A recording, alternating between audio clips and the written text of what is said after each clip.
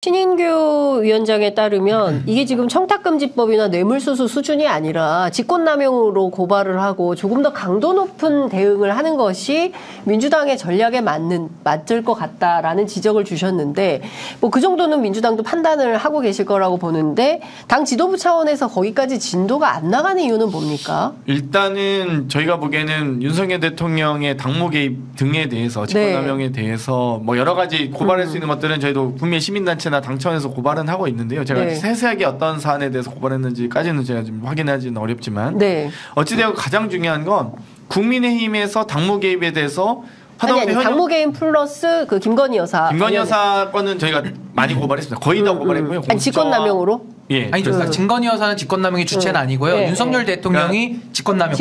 그러니까 지금 이 김건희 여사 디올백 등의 이제 이런 뭐 뇌물죄 관련돼서는 이미 시민단체에서 고발했고 또 황운하 의원실 등에서 고발장을 준비하고 있고요. 이제 뭐 공정사회 포럼 의원들이 다 모여서 또 여러 가지 윤석열 대통령의 직권남용이나 이런 부분에 대해서는 검찰 독재 대책위에서 박찬대 최고위원을 중심으로 해서 다 고발장을 넣고 이거 있습니다. 수사 안 하면 직무유기고요. 수사 과잉해서 하면 직권남용 둘 중에 하나예요. 근데 이거가 다 방치되고 있고 저는 정말로 이거는 공수처에 고발은 거의 다 했습니다. 거의 다. 했는데 공수처가 일 안 하면 일 안 하는 걸 또 국회에서 지적을 해야 되거든요. 공수처에 대해서. 근데 그게 안 돌아가니까 좀 답답한 겁니다. 그러니까 진짜 이런 겁니다. 그러니까 예컨대 그 문제를 지적하려고 국회 운영위를 열어도 위원장은 나와서 회의를 시작을 하지만 여당이 아무도 안 나오는 거예요. 대통령실 요구도 했는데 제가 국회 운영이잖아요. 근데 개회 요구를 해도 개회를 안 해줍니다. 그리고 개회를 해도 바로 그냥 사내하고 그냥 해산해버려요. 그러니까 뭐 지금 그러면 좀 적극적으로 좀 해볼 수 있는 방법은 없은 조직적이고 적극적이고 그러니까 민주당이 조금 왜냐하면 지금요 민주당이 대안이 유일하니까 의회 안에서 그러니까 지금 뭐 예를 들면 입법권을 행사해도 거부권 행사죠. 해임건의를 해도 예전에 해임건의 하면 오히려 장관들이 국정 운영에 부담을 주지 않겠다고 하면서 본인이 스스로 사임한다든지 했는데 뭐 해임건의 해도 무시하죠. 오히려 법을 만들어도 거기에 또 시행령을 별도로 만들어서 시행령 통치하죠.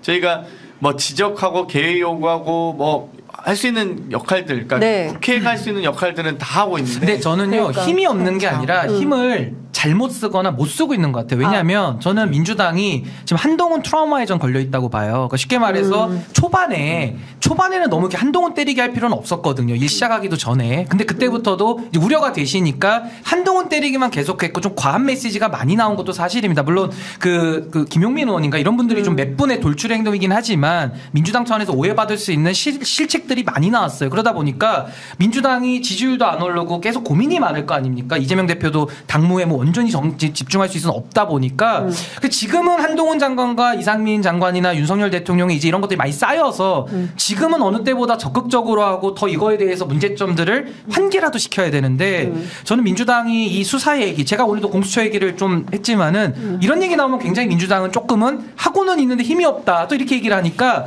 과거 진짜 윤석열 대통령 취임했을 때처럼 그때 때리듯이를 지금 해야 되는 게 아니냐 저는 그런 시점적 차이를 좀 지적하고 싶은 겁니다. 뭐 일단 저희가 할 수 있는 모든 권한은 다 행사하고 있는데요. 근데 역사상 이렇게 입법부를 그리고 심지어 여소야대인데 그런 대통령 없죠. 이렇게 야당을 이렇게까지 무시하는 그러니까 심지어 딱 전적으로 그걸 보여주는 게 야당 대표와의 영수회담을 안 하는 저희는 영수회담뿐 아니라 아니 김기현 대표랑 우리가 2대1로라도 만나자 이렇게 했는데 심지어 원내 일당이면 당연히 공무원들이 하고 싶은 게 있어야 되잖아요. 그러니까 여당이 원래 하고 싶은 게 있는데 심지어 국회에 부탁도 안 해요. 이제 공무원들이 아예 지금 개점 휴업 상태고요.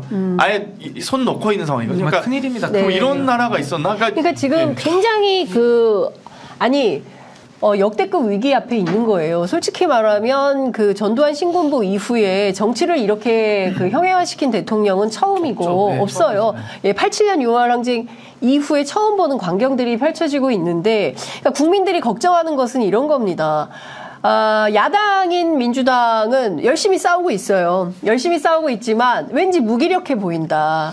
그리고 좀 정치하지 못하다. 그러니까 대응 자체가 조금 더 지혜롭게 할 수는 없을까? 조금 더 정확하게 표현하면 민심과 함께 갈 수 없을까 이게 정확한 표현입니다. 그러니까 지혜도 지혜지만 네. 국민의 민심을 좀 많이 가져가야 되고 70%가 윤석열 대통령 반대하거든요. 그렇죠. 근데 왜 민주당 지지율이 국민의힘과 비슷하거나 조금 높거나 왜냐 월등히 높아야 되거든요. 거의 20% 이상 차이를 내야 정상인데 네. 그건 아닌 것 같아요. 20% 이상 차이 나긴 쉽진 않아요. 왜냐하면 대통령이 임기 초에 이 정도로 못한 적이 없었고요. 네. 이 정도로 못하면 보통은 적대적인 구조에서 양당 구조에서는 한쪽에 쏠리는 게 또 맞거든요. 근데 네. 그게 안 되는 거를 아마 앵커님 네. 말씀하시는 그렇죠. 그러니까 지금 이런 상황이라면 민주당이 조금 더 그리고 또 이재명 대표에 대한 인기가 조금 더 많아야 되거든요. 물론 이제 사법 리스크 뭐 이런 건 있지만 요즘에 보면 이재명 대표가 너무 안 보인다. 예, 이런 좀 조심한다라는 네, 너무 말까요? 부자 몸조심하는 거 아니냐. 저희가 이제 강서구청장 보궐선거부터의 전략이 네. 일단 이 절박하게 또 낮은 자세로 한다. 이게 아주 저희가 낮은 자세로 일단 선거를 치러야 되고 앞으로 총선까지도 네. 저희는 기본적으로 절박과 낮은 자세. 이 너무 두 낮아서 가지입니다. 안 보이는 거 아니야? 근데 이제 오히려 저희는 좀 그러면서도 보일 정도로 낮은 이 자세. 질서 있는 준비를 하고 있습니다. 그래서 아. 저희는 지금 총선기획단 그다음 검증위 인재위원회 전략분관위까지 뛰었고요. 오늘도 이제 인재 영입 2호까지 발표가 됐습니다. 네. 그래서 저희는 소리 없이 하지만 아주 질서 있는 준비를 조용히 하고 있습니다. 근데 지금 이제 저는 주목할 만한 것을 보시면 저희가 큼직한 게 지금 3개가 남아 있습니다. 그러니까 네. 지금 지난달에 검사 탄핵을 했고 또 이번에도 검사 탄핵을 했고 방통위원장 탄핵안을 올리고 또 대한민국 정부 예산안도 민주당 수정안을 지금 발의할 거고요. 앞으로 네. 양특검이 남아 있습니다. 그러면 이 모든 하나하나가 다 당연히 민주당 국민의힘의 동의 없죠. 당연히 동의할 네, 수도 네, 없죠. 네. 민주당이 단독 상정하고 단독 추진해 나갈 텐데 단독 의결해 나갈 텐데 그 과정에서 지금 딱 검사 탄핵하거나 했을 때 민주당이 힘 자랑한다.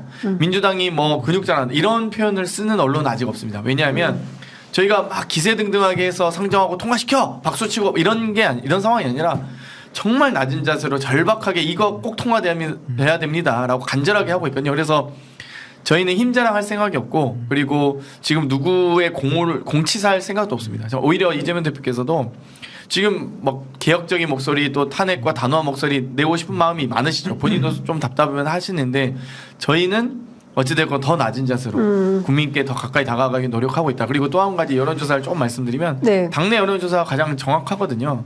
그러니까 이준석 대표가 예언을 잘해서 17%, 18% 패 이런 얘기를 한 게 아니라 얻어 걸렸다 그러던데. 저희도 그렇고 국민의힘도 아마 알고 있었을 겁니다. 예. 그 정도 차이 나는 거예요. 저희는 당 여론조사가 지금도 거의 그거에 준해서 네. 차이가 나고 있는 상황이기 때문에 그 공개되는 여러 보수적인 통계도 있지만 네. 당내 여론조사 매우 다르다. 알겠습니다. 그래서 국민들께서 많이 분노하고 계십니다. 근데 많은 분들이 하나만 말씀드릴게요. 네. 그러니까 저는 지금 질서를 갖춰가고 있다라고 한다면 그건 민주당에겐 좋은 면인데 저는 이런 의구심도 들어요. 지금 양당 체제로 이제 치르면서 이제 신당의 움직임만 있는 상황 아닙니까? 그렇다면 소위 양당의 원심력이 작동해가지고 또 빨려 들어간다면은 네. 민주당 입장에서는 수도권에서 다 이기거든요. 그러니까 좀 속으로 웃고 있는 거 아닌가? 그러면서 병립형 얘기도 나오고 여러 가지 지금 상황들이 더 양당 체제로 치르면서 지금처럼 그냥 몸조심하면서 윤석열 대통령 반대 지지율이 70% 넘어가면 민주당은 너무 선거 치르기 좋은 환경이다 아니 근데 보니 그 부분에 대해서 그렇게 생각하는 거 아닌가 의구심이 근데 있는 그 부분에 대해서 어제 이제 저희 프로그램 출연했던 최재성 전 청와대 정무수석이 어떤 경고를 했냐면 역대 어떤 선거도 무난한 선거는 없다는 거예요. 2012년 선거를 기억해봐라. 다 이긴다고 했다. 네. 저도 그 선거 기억하거든요. 제가 그때 제가 전에 다니던 회사에서 총선 버스 기획해가지고 버스 타고 전국을 누비던 때였어요. 분위기 좋았습니다. 예, 그리고 가는 데마다 야당 지지 엄청 많았어요.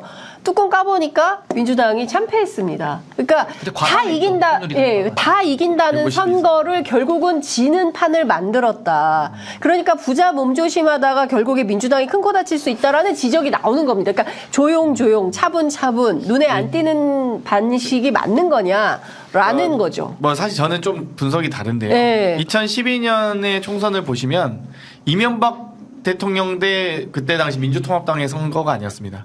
이명박 대 박근혜 비대위원장 대 우리 민주당의 선거였고요. 2012년에 정말 잔인하리만큼 국민의힘 참 그런 공천학살 정말 잘하는 것 같아요.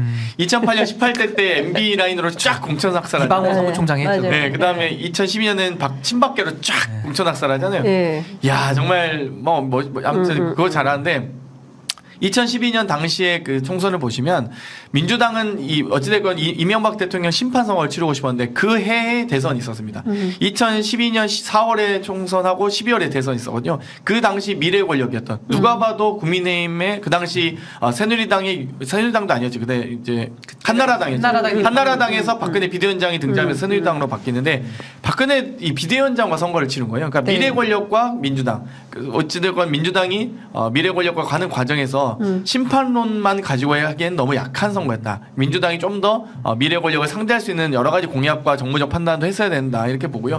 이번에 그런 점에서는 아마 이 국민의힘도 아마 전략가들이 있을 테니까 김기현 대 이재명 치르면 진다. 윤석열 대통령의 지지율이 괜찮으면 모르겠는데 김기현 대표는 누가 봐도 미래 권력이 아니잖아요. 근데 이재명 대표는 누가 봐도 유력 대선 주자고 미래 권력이라 보고 그러면 둘이 붙으면 누가 이기겠습니까? 2012년보다 더 큰 민주당의 승리로 보여질 거기 때문에 아마 김기현을 바꾸면서 새로운 또 누군가 와줘야 되는데 제가 국민의힘에서 약간 비윤핵관 출신, 비윤 출신이 와줄 가능성이 있느냐 그러면 그렇게 봤을 때는 제가 보기엔 확장력이 없는 떨어지는 선거를 치르겠죠 아마 국민의힘은. 그러면 이번 판이면은 미래 권력인 이재명의 압승이다 이렇게 분석을 압승이라고 보기는 않는데요. 네. 어찌됐건 구도 자체는 유리할 수밖에 없고 그러니까 네. 윤석열 대통령의 부정평가가 매우 높고 네. 지지율이 낮은 상태에서 네. 국민의힘은 또다시 이 윤 대리인을 예. 통해서 분명히 선거를 치를 거고요. 저희 입장에서는 그 대리인을 봤을 때 뭐 당대표 비대위원장이 누가 오든지 간에 이 소위 전국 유세 지원이 가능하려면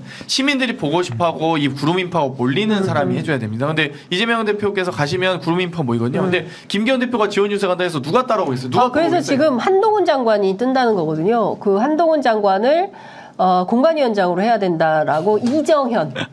네.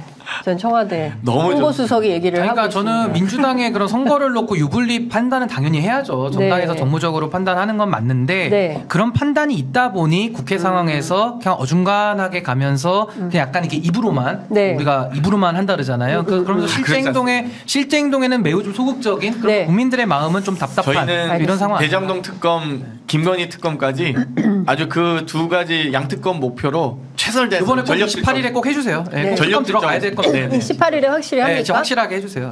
무조건요. 무조건 그거 그러니까 사실 이제 이 대한민국 정부 예산안 20일 날 일단락 짓고 나서 22일이 넘으면 네. 본회의 직회부 안건이기 때문에 뭐 선정 안 할 수 없습니다. 네. 무조건 본회의 열리면 예. 본회의 아예 안 할 수 없어요. 하고 재의결도 무조건 빠르게. 예. 아니요. 빠르게. 저희는 최대한 빠르게. 재의결은 그건 아니에요? 그러니까 거부권은 15일 이내에 해야 되지만 네. 재의결은 그 시한이 없거든요. 네. 그래서 재의결은 이제 본회의 하는데 네. 뭐 빨리 하면은 오히려 국민의힘이 좋아할 거예요. 아니 그러니까 이거는 누구 좋고 나쁘게 문제가 아니라 국민들의 지금 감정이 그렇죠. 뭐냐면 네. 빨리 실체적 진실을 밝히라는 게 국민의 뜻입니다. 그렇죠. 네, 더 미룰 게 없어요. 근데 이제 저희는 재의결의 통과 가능성도 높이려면 말씀하신 대로 국민들이 원하는 김건희 특검이 가능하기 위해서는 국민의힘의 의원님들도 좀 이탈표가 나와서 네. 저희에게 어찌됐건 찬성 가결표를 해주셔야 됩니다. 그러니까 저희가 지금 확보할 수 있는 최대표가 한 178표 정도, 네. 한 22분 정도는 저희한테 동의해 주셔야 되거든요. 저는 양심 있는 국민의힘 의원님들이 그리고 김건희 특검만은 필요하다라고 생각하신 분들이 무기명 투표이기 때문에 네. 그러니까 비공개 투표입니다. 그래서 22분 정도 좀 가결에 던져주셨으면 어떨까라는 간곡한 좀 호소드리고 싶습니다. 네. 일단 민주당이 22표를 조직하기를 기대하면서 제가 끝으로 이거 좀 여쭤볼게요. 조금 뭐 두 분 다 좀 뭐 이럴 수도 있는데 지금 정의당의 류호정 의원이 지금 신당 창당에 합류하기로 예정이 되어 있는 거고요. 김준우 정의당 비대위원장은 16일까지 나가라. 아니면 의원직 사퇴해라. 그렇지 않으면은 징계에 회부하겠다 뭐 이런 건데 이분이 또 주요하게 얘기하는 게 바로 그 징병제예요. 여성 징병제. 저 페미니스트 어떻게 보십니까? 이분 또한 젊은 정치인이십니다. 일단 비례대표 국회의원은 이 탈당하면 의원직 상실이고요. 네. 제명당하면 의원직을 유지합니다. 그렇기 때문에 김준우 비대위원장께서 뭐 윤리위에 회부하겠다. 하나도 안 무섭죠. 오히려 바라던 바라죠. 네. 그래서 별로 이렇게 효력은 없을 것 같고요. 그리고 이제 우리 국민들께서 조금 오해하시는 게 있는데 우리 대한민국의 여성이든 남성이든 모두 병역의 의무를 지고 있습니다. 병역의 의무는 다 부과되어 있고요. 다만 이 소집 제도 자체가 남성에겐 징병제, 여성에게 모병제를 실시하고 있는 거군요. 여성 지금 군대에 못 갑니까? 아니거든요. 여성이 원하면 군대 갈 수 있습니다. 모병제를 실시하고 채택하고 있는 것뿐이지 이 병역의 의무는 남성과 여성이 모두 다 지고 있다. 그래서 지금 여성에게 징병제로 전환하자? 혹은 여성이 뭐 병역의 의무를 지고 있지 않다?라고 생각하는 건 너무 나이브하고 바보 같은 생각이고요. 저는 오히려 남성도 이제 모병제로 전환을 검토해야 되는 시기라고 봅니다. 이미 병역 자원 고갈로 인해서 그냥 뭐 지금 그러다 보니까 이제 병장에 200만 원 줘야 된다는 시대까지 열리고 있는데 차라리 그럴 거면 모병제를 하는 게 맞죠. 차라리 월급을 제대로 줘서 제대로 된 대우를 받으면서 병역의 의무를 다하도록 하는 게 맞습니다. 그렇기 때문에 이미 이제 남성도 모병제를 전환해야 될 논의해야 될 시기다. 논의가 아니고 이제 도입해야 될 시기인데 무슨 여성 징병제입니까? 역사에 후퇴하는 거죠. 근데 저는 이제 국방 문제 내지는 이게 젠더 문제 이거는 뭐 나중에 토론을 더 심각하게 하면 좋을 것 같고 저는 일단 권은희 의원 사례를 좀 소개해드리고 싶은 게 권은희 의원도 비례로 들어갔는데 당시에 국민의당이 미래통합당 합당하면서 이분은 원치 않게 들어온 거예요. 그래서 이렇게 좀 격가지로 활동을 하는 게 양해가 됐던 그런 사례가 있고 류호정 의원은 다르죠. 왜냐면 정의당이 가만히 있고 정의당에서 소위 말하면 좀 특혜 내지는 좀 배려를 받아서 들어온 분인데 그동안 정의당이 어렵게 됐는데 류호정 의원의 책임이 막중하거든요. 근데 본인이 소속한 정당은 어렵게 만들어 놓고 또 자기 살자고 이렇게 구명보트 타고 나가는 모습이 조금은 이건 좀 염치가 없지 않냐라는 김준호 위원장 좀 비판으로 이해를 하고 있고요. 지금 금태섭 의원하고 이제 금류연대를 만들었잖아요. 이 금류연대가 새롭게 해보겠다라고 나왔거든요. 그래서 새로운 선택 거기 합류하신 건데 이번에 류호정 의원의 이런 선택은 좀 해로운 선택 아닌가. 매우 해롭다. 그러니까 본인에게도 해롭고 저희 연구소가 있으니까 좀 이해해 주십시오.